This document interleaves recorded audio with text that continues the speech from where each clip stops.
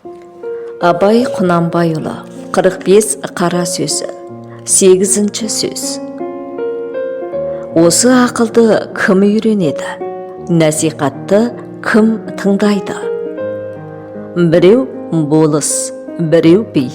Олардың ақыл үйренейін, насихат тыңдайын деген ойы болса, ол орынға сайланып та жүрмес еді. Олар өздері де өздік кісіміз. Өздеріміз біреуге үлгі беріп, ақыл айтарлықпыз деп сайланды.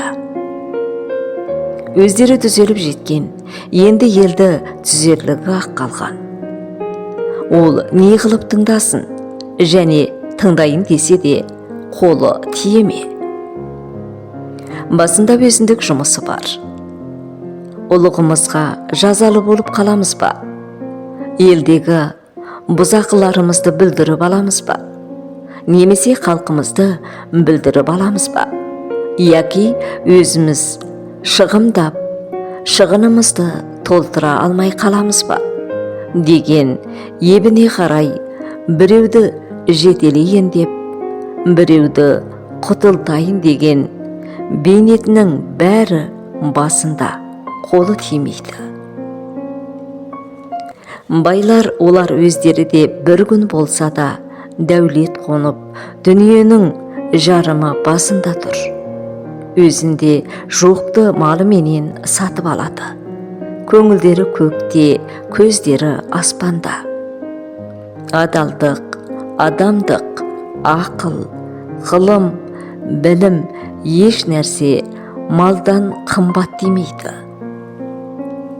Мал болса, Құдай тағаланы да паралап алса болады дейді.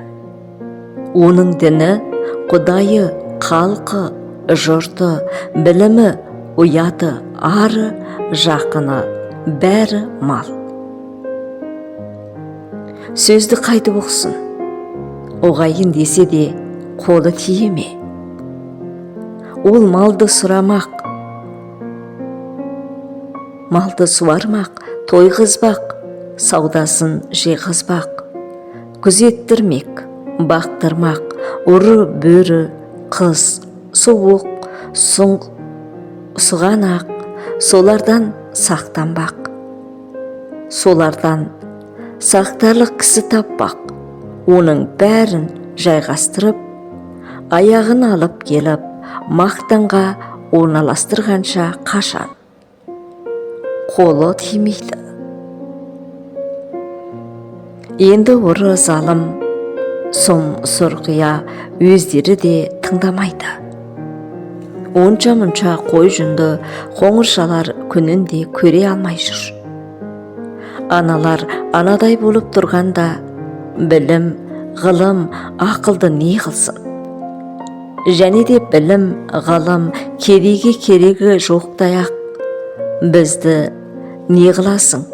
Ана сөзді ұғарлықтарға айт дейді. Оның өзге менен ісі жоқ. Ана алдындағы үшеуіндей болған жанының ойында ешбір қайғысы, мұңы болмаса керек. Оқыған Шекер Қадылбекқызы.